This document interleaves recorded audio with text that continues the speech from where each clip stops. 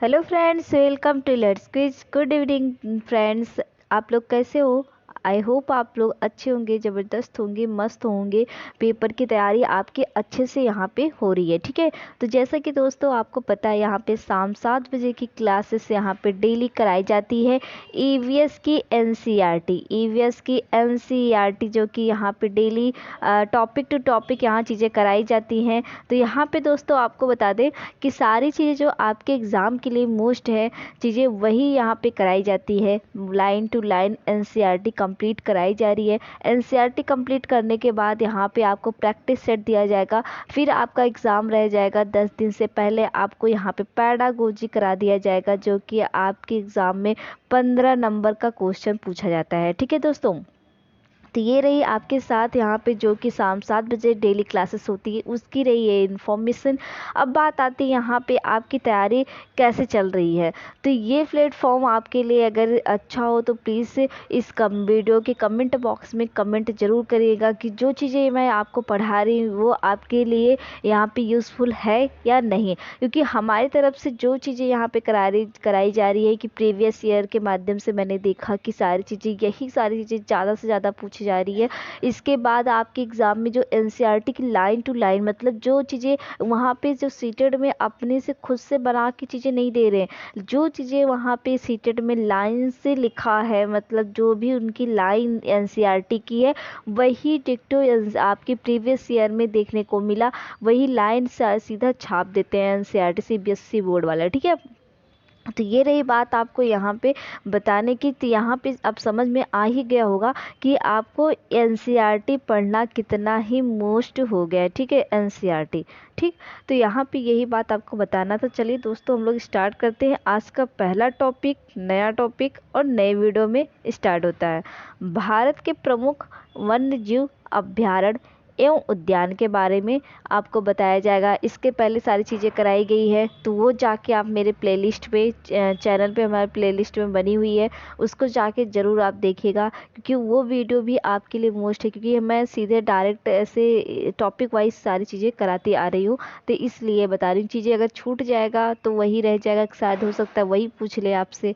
तो इसके लिए मैं आपको बता रही हूँ कि जो भी प्लेलिस्ट में वीडियो पड़ी है सब वो भी देख लेना, ज़रूर देख लेना, ठीक है। तो यहाँ पे देखिए जिम कॉर्बेट राष्ट्रीय उद्यान जो कि उत्तराखंड में है, आपको पता होगा। देखिए अभी मैंने आपको स्टार्टिंग में बताया था रेड डाटा बुक क्या होता है, ठीक है। रेड डाटा बुक क्या होता है, वो इसी के अंतर्गत आता है। जो भी जानवर विलुप्त होने वाले हैं या फिर वो खतरे में है, तो उसी के रेड डाटा बुक मतलब उसी जानवर को रेड डाटा बुक के अंतर्गत रखा जाता है, इसीलिए बताया जाता है, ठीक है। तो यहाँ पे देखिए कई राष्ट्रीय उद्यान बनाए गए हैं। देखिए जैसे कि जिम कॉर्बेट राष्ट्रीय उद्यान, तो यहाँ ये कहाँ पे है, तो ये उत्तराखंड में, ठीक है। अब बात आती है यहाँ पे, देखिए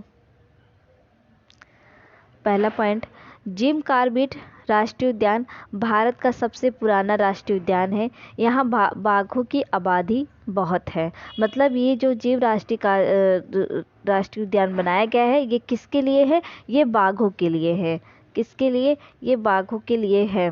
और इसके बाद यहाँ पे मतलब ये बताया गया है कि यहाँ पे बाघों की आबादी ज़्यादा है। तो ये कहाँ पे है, तो ये आपको देखने को मिला उत्तराखंड में, ठीक है। कहाँ पे आपको देखने को मिला, उत्तराखंड में। अब बात आती है यहाँ पे देखिए गिर राष्ट्रीय उद्यान। तो गिर राष्ट्रीय उद्यान ये भी आपके एग्जाम के लिए मोस्ट इम्पॉर्टेंट है कि गिर राष्ट्रीय उद्यान ये कहाँ पे है, तो ये आपको यहाँ पे गुजरात में देखने को मिलेगा, ठीक है। कहाँ पे देखने को मिलेगा, तो ये गुजरात में देखने को मिलेगा। तो इसके बारे में चलिए हम लोग पढ़ते हैं कि ये आखिर है क्या।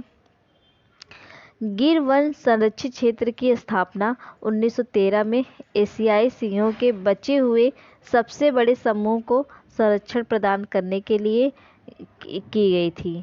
गिर वन राष्ट्रीय उद्यान बाघ संरक्षित क्षेत्र है जो एशियाई बब्बर शेर के लिए विश्व प्रसिद्ध है। तो यहाँ पे ये चीज़ें नोट करिए, आप फटाफट नोट कर लीजिए किस लिए आपको यहाँ पे गिर राष्ट्रीय उद्यान जो है वो गुजरात में, ये किसके लिए प्रसिद्ध है, तो ये एशियाई बब्बर शेर के लिए विश्व प्रसिद्ध राष्ट्रीय उद्यान है। ये कहाँ पे संरक्षित मतलब कौन से ईस्वी में, तो ये 1913 में एशियाई सिंहों के, एशियाई जो सिंह है मतलब शेर है, सॉरी बाघ है, सिंहों के लिए सबसे बड़े समूह को संरक्षण प्रदान करने के लिए यहाँ पे की गई थी।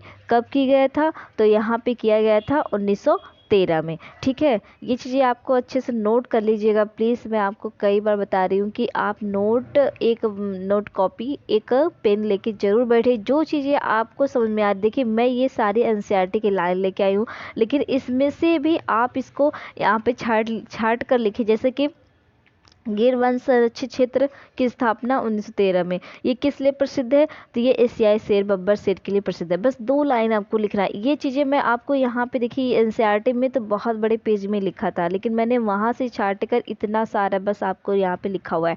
और इसमें से भी आपको अपने सरल भाषा में नोट करना होगा। जो आपके एग्ज़ाम में जो 10 दिन रिविज़न के लिए मिलता है, वो चीज़ें इसमें रिविज़न आपको करने को मिलेगा, तो वो चीज़ें आपको एकदम स्ट्रॉन्ग हो जाएगी। ठीक है, इसके लिए मैं बोलती हूँ कि आप इसे ज़रूर नोट करिएगा अपनी खुद की लैंग्वेज में। ठीक है, जैसे प्रश्न पूछ लिया आपको यहाँ पे ऐसा लाइन बनाना होगा, 3-4 लाइन बनाना होगा। जैसे गिर राष्ट्रीय उद्यान कहाँ है? तो गुजरात। ये कब संरक्षित क्षेत्र की स्थापना हुई थी? यहाँ पे 1913 में। ये किस लिए प्रसिद्ध है? तो एशियाई बब्बर शेर के लिए प्रसिद्ध है।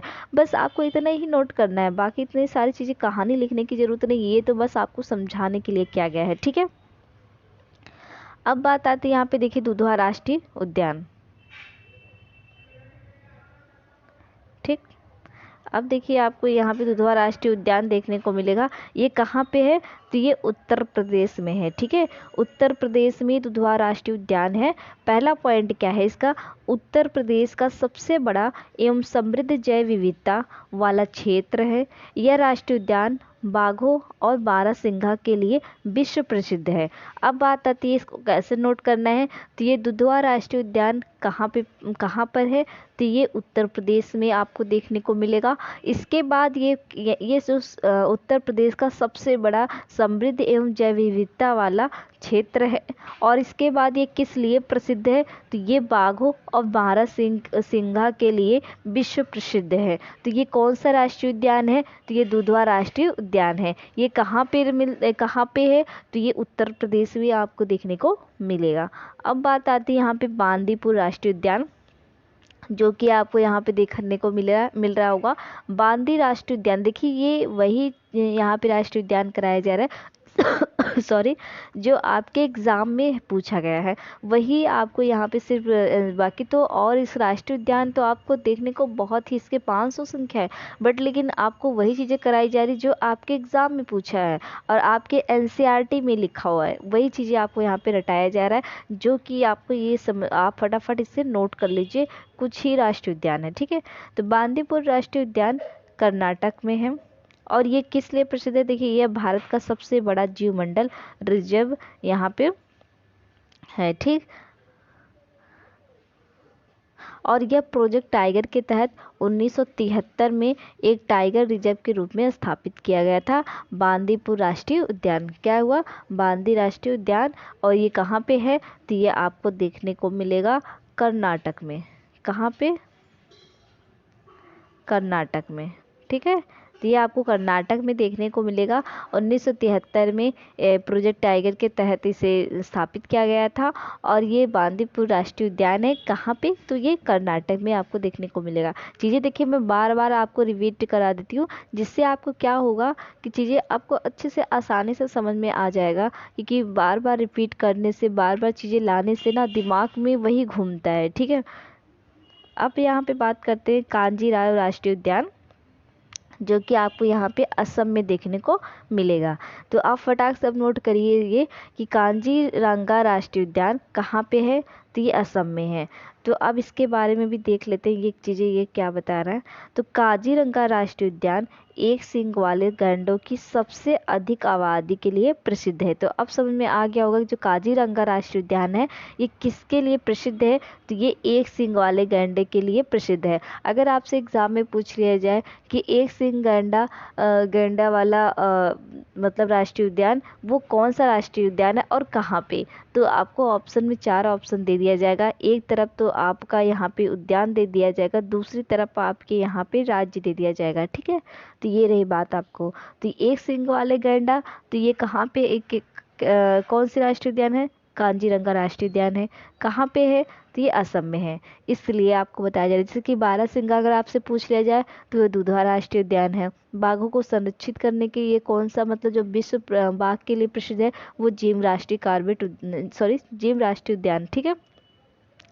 यहाँ पे देखिए, इस राष्ट्रीय पार्क को 1985 में विश्व विरासत स्थल के रूप में घोषित किया गया था। तो ये देखिए, इसको यहाँ पे देखिए विश्व स्थल के लिए भी इसे यहाँ पे रूप में घोषित किया गया था। किसको? काजीरंगा राष्ट्रीय उद्यान को। इसके बाद इस पार्क को भारतीय बाघों को का घर भी कहा जाता है।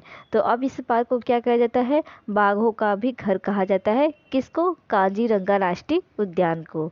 देखिए कितना बढ़िया आपको से देखने को मिला कि काजीरंगा असम में है।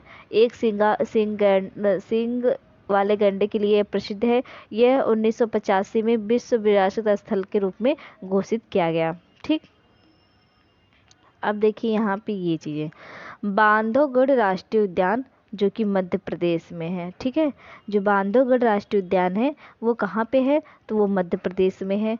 बांधवगढ़ अभ्यारण्य मध्य प्रदेश का सबसे प्रसिद्ध राष्ट्रीय उद्यान में से एक है। इसे 1968 में राष्ट्रीय उद्यान घोषित किया गया था, जो कि बांधवगढ़ अभ्यारण्य बाघों के लिए प्रसिद्ध है। देखिए यहाँ पे जो बांधवगढ़ राष्ट्रीय उद्यान है वो कहाँ पे है? तो ये आपको देखने को मिलेगा मध्य प्रदेश में, ठीक।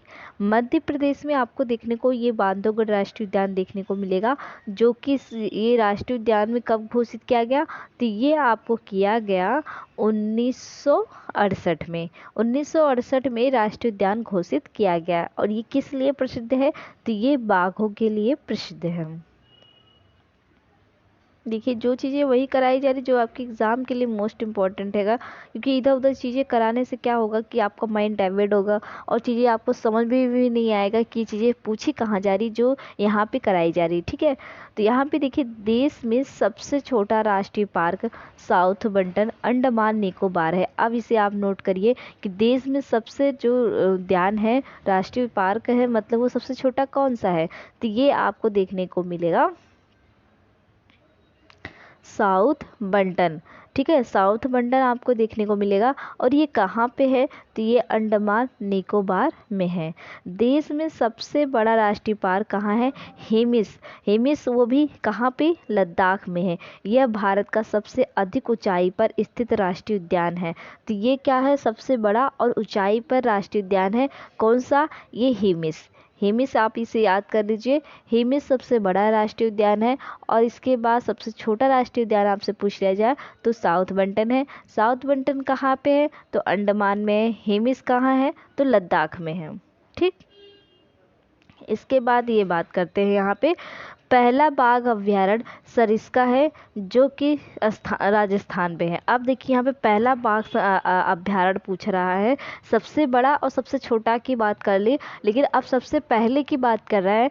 तो यहाँ पे सबसे पहले की बात आ रही है सरिस्का। ये देखिए ये कहाँ पे है? राजस्थान में देखने को मिल रहा है। और ये सबसे पहला बाघ अभ्यारण्य है। दूसरा नेक्स्ट पॉइंट, भारत में सबसे ज़्यादा राष्ट्रीय उद्यान कहाँ पे देखने को मिल रहा है? तो ये मध्य प्रदेश में देखने को मिल रहा है, ठीक। अब यहाँ पे देखिए, सबसे बड़ा हो गया, सबसे छोटा हो गया, फिर पहला अभ्यारण्य कौन सा है? सरिस्का। और इसके बाद सबसे ज़्यादा कौन सा बाघ अभ्यारण्य है, मतलब अब बाघों को संरक्षित करता है, सबसे ज़्यादा बाघ देखने को कहाँ मिलता है?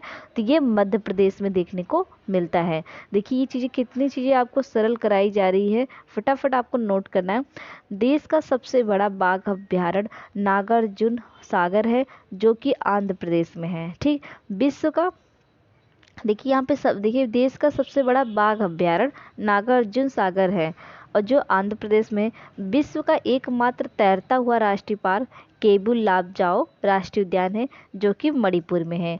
फटाफट आप इसे नोट करते जाइए। जो देश का सबसे बड़ा बाघ अभ्यारण्य नागार्जुन सागर है, जो कि यहाँ पे आंध्र प्रदेश में मिलता है। और तैरता हुआ राष्ट्रीय पार्क आपसे पूछ लिया जाए, जो कि मणिपुर में है, इसका नाम केबुल लामजाओ है, ठीक है।